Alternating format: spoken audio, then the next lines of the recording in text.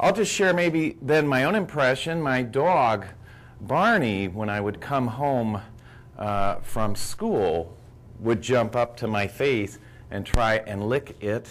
He was so excited to see me that I would like to suggest that maybe I was his God in a certain sense, his higher power in that sense.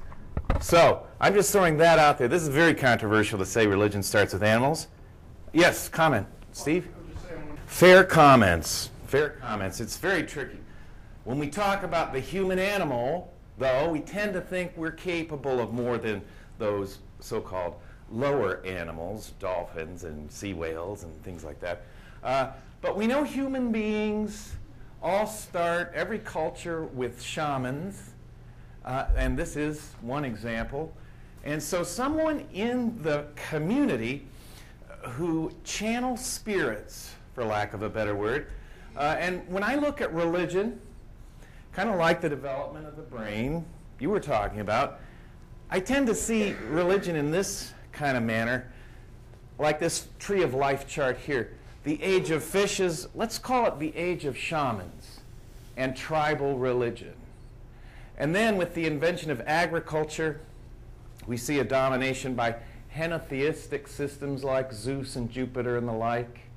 And then as evolution transpires, and I'll go through some of this a little more clearly, we get to the age of the classic religions, Christianity, Islam, really starting with Buddhism and Judaism. And then I'm going to say the age of mammals is something like the modern age of science. And you'll note that in the age of mammals, mammals may dominate, but there are still remnants of the other trees there. So religion will always be around, but has it been replaced by science? We know that at least this Neanderthal man over here, buried as dead, and seems to have had magical amulets, things like that. And as for the other humans, then we have a question. If religion doesn't exist, say, in this seemingly more brute specimen of human, and these are all humans, hard to believe, but true, where did religion begin? And I'm going to suggest at least Neanderthals, and of course this is Homo sapiens propaganda. He's the only one with a shave and a haircut, not quite fair. And of course we wiped all the others out with this deadly killing machine. And I think we all know that as much as religions are about peace, they're also a lot about war.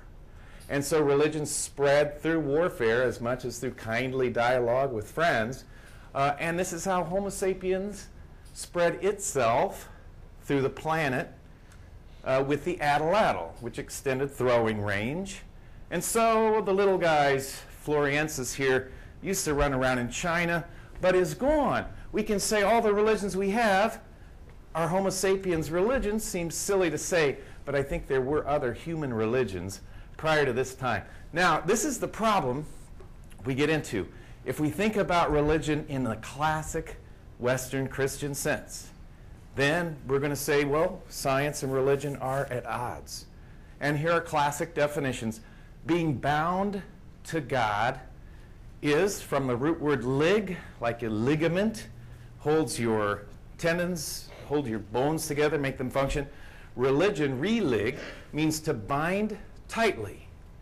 But nowadays in my field, this just won't function, because we know in this global era of imperialism, there are religions with no gods in them. So what do we do with those strange things?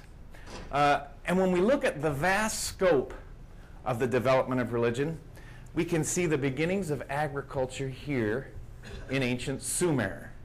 And then I like to say agriculture, and then thus civilization spreads like a virus throughout our planet. Now we kind of like civilization, but in fact we also know civilization is enormously destructive.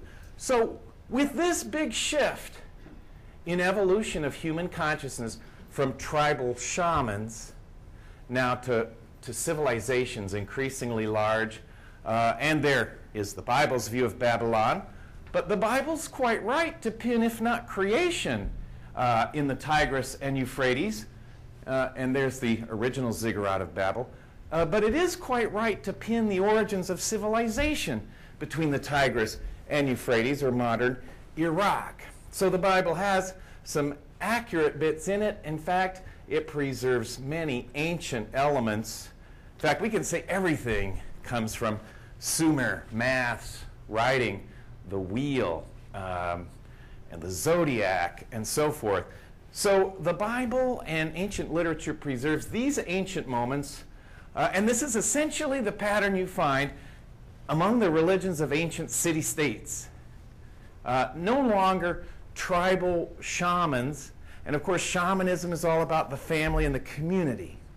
These religions are removed from that, with great temples like the ziggurat we just saw, where we have an official priesthood instead of the local shaman and a family-based tribal religion. And so here we can see Zeus looking over the pantheon. And now these gods mirror the city-states to some degree. Zeus is kind of like the mayor of the city. Who would be the Department of Defense? Anybody? Ares? Who would be the Department of Education? Athena. We could say Apollo. We could debate that. The point is the religions now start to mirror the human civilization, just as it had in the tribal phase.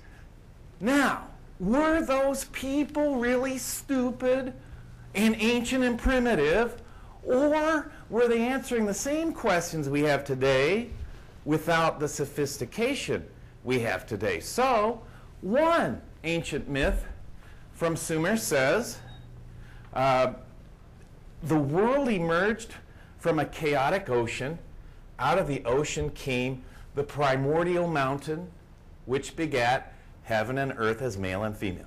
That's a pretty standard creation story, but we're usually wanting to laugh at some of them, like this one. And of course, the turtle holding the elephants holding a disc, a round disc. That's how many ancients saw the world. And the sky was a firmament, so it was hard. And God, you can see it in Job, lets rain through trapdoors in the ceiling. So that's old stuff. Once asked a Brahmin, well, geez, what's under the turtle? And he said, it's turtles all the way down. I need a ba-dump-bump machine. I need to add that, Matt. But let's look at this now. What's this? What's crazier than the turtle myth of origins? Than that everything in this room came from a dime-sized spot of nothing. Now, I think that Brahmin and the turtles, if I gave him this Big Bang Theory view, will laugh at that and say, you're mad. That's not even thinkable. And yet that is what science tells us, as best as it knows today, how things emerge.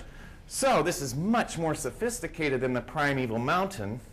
Nevertheless, it's answering the same religious question as those old myths.